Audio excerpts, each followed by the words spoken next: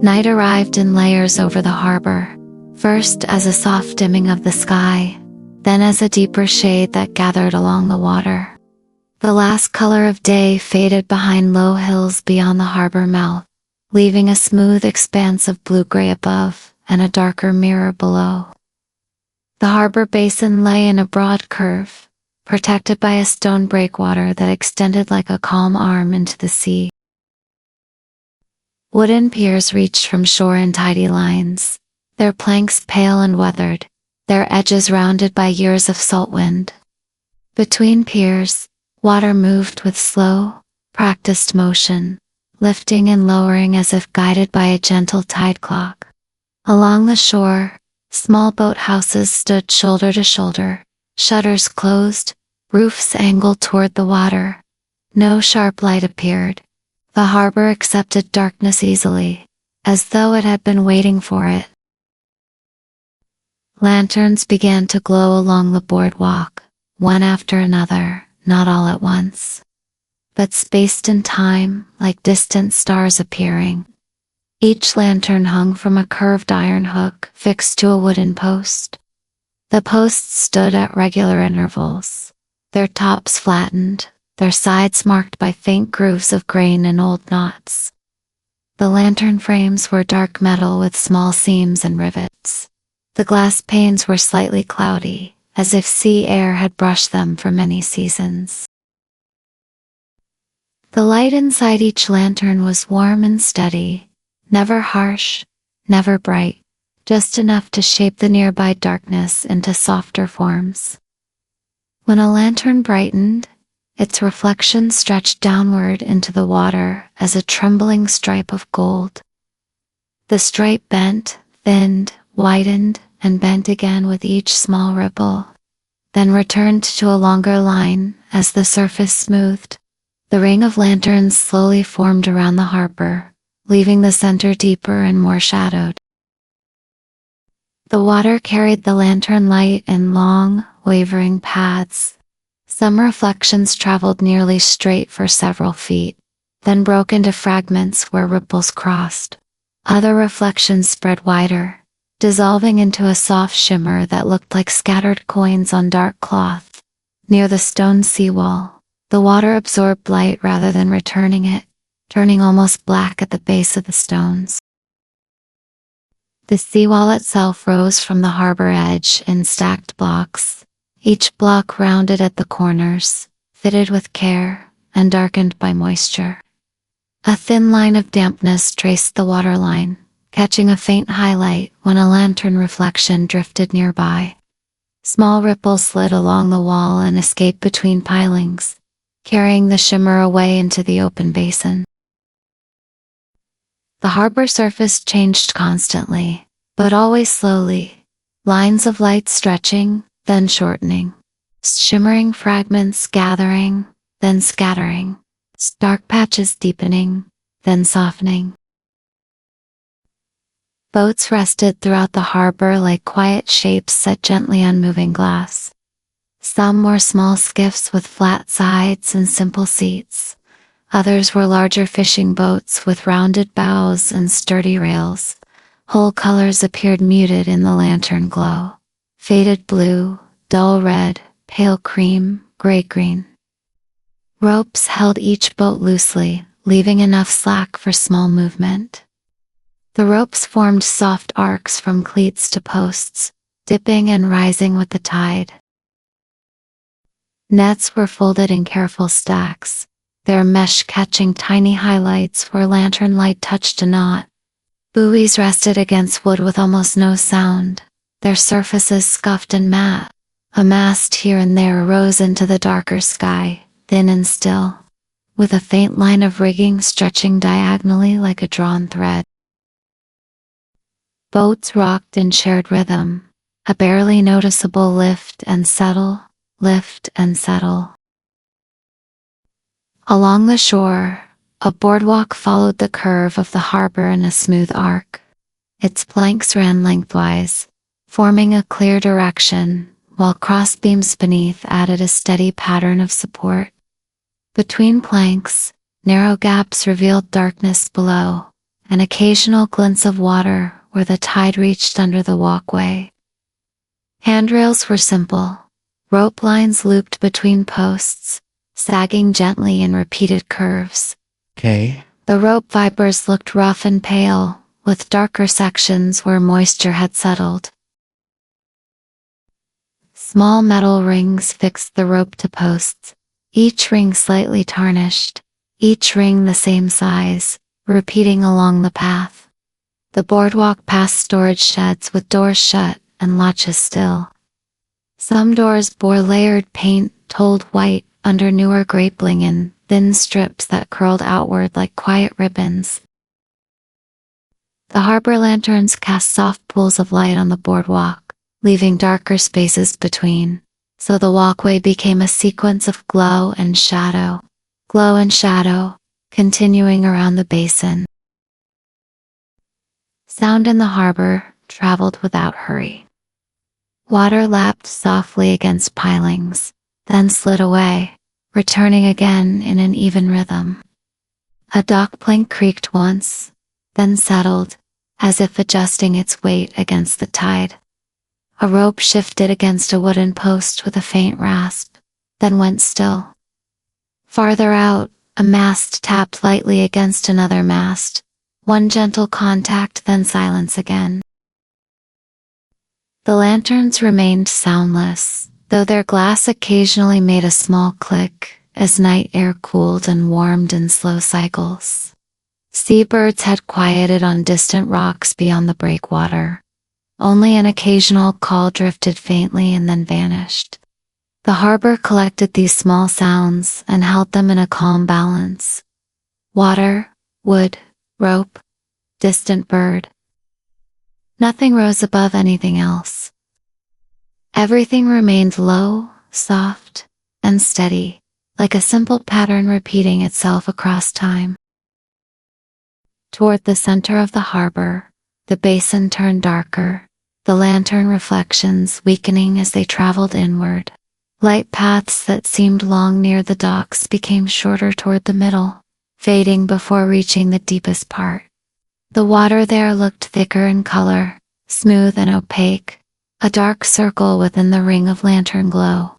Floating markers bobbed gently near the center's small rounded tops, barely visible, rising and falling with slow precision. Between the markers, the surface remained nearly unbroken. The harbor mouth beyond the breakwater was a darker gap, where sea and sky met. The breakwater stones formed a low ridge against that gap, and lantern light barely reached their far edge. The inner basin held its darkness quietly, neither empty nor crowded, simply present as the calm center of the harbor's circle. At one end of the harbor, stone steps descended directly into the basin. The steps were wide and shallow, worn smooth by countless tides. Their edges were rounded, and faint lines of mineral color ran through the stone like pale veins. The upper steps remained dry and matte, while the lower steps darkened with moisture, reflecting a faint glow where lantern light touched.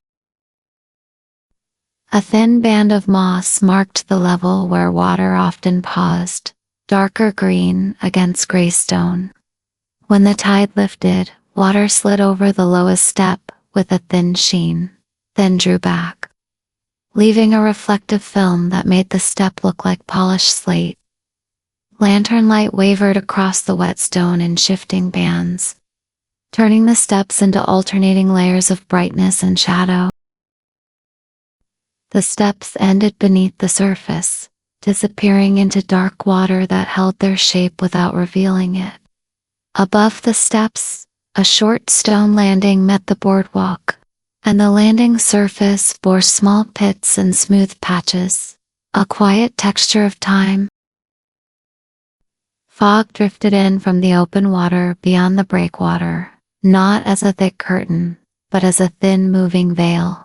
It entered the harbor in gentle threads, sliding between dock posts and boats, filling the spaces without pushing anything aside. The boardwalk pools of light became rounder, less defined at the edge. Reflections in the water widened and left dead, losing their sharp lines and turning into luminous smears that moved with the tide. The far end of the harbor blurred slightly. The boathouses there became darker shapes with fewer visible details. The fog did not hide the harbor, only softened it, reducing distance and turning straight lines into gentler curves. As the fog moved, it gathered in pockets near the seawall, then loosened and slid onward, leaving behind a slightly altered arrangement of light and shadow, as if the harbor were being redrawn with a softer hand. Within the fog, lanterns seemed larger, their halos extending outward like quiet circles. Some halos overlapped and formed brighter intersections where two glows met. On the water, reflections became layered, a brighter core directly beneath each lantern, surrounded by a wider, softer shimmer. Where two reflection paths crossed, the water briefly brightened, then the crossing shifted as ripples moved, and the brightness wandered away. Near a dock end, a single lantern hung lower than the others, closer to the waterline. Its reflection formed a shorter, more intense stripe, trembling in small, quick movements. A few gentle ripples passed through and broke the stripe into fragments, which rejoined moments later as the surface calmed. The harbor carried these changes in endless variations, stripes becoming beads, beads becoming smears, smears returning to stripes. Each lantern continued its steady glow, unchanged, while the water performed the changing work beneath, shaping light into moving patterns and then smoothing them away again. The boathouses along the shore formed a quiet row of angled roofs and closed doors. Their walls were wooden planks, set vertically, with narrow seams between boards. Paint had faded into gentle tones, pale gray, muted blue, washed white. In lantern light, the paint looked matte, and the wood grain showed through in places where weather had worn the surface thin. Under roof, overhangs, shadows gathered in deeper bands, and doorways became dark rectangles without visible interior. Metal hinges and latches caught small points of highlight, then dulled as fog drifted across. Near one boathouse, a stack of empty crates sat under an eave, edges aligned, corners squared. A coil of rope lay on top, its loops neatly arranged, repeating the same curve again and again. A small wooden bench rested beside a door, its surface smoothed by time. The boathouses remained still, holding their closed shapes along the shoreline. Farther along the boardwalk, a harbor bell hung from a simple wooden frame. The bell was small, its metal dulled to gray, its surface marked with faint patches where salt had left pale traces. It did not move. Beneath it, a worn wooden sign hung by two short chains. Its lettering faded away, leaving only shallow grooves where words once were. The sign swung slightly when the fog's breeze shifted, then steadied. Nearby, rope lines stretched between posts, forming a boundary along the boardwalk edge. In places, the rope fibers had frayed into small tufts, catching tiny highlights like pale fuzz.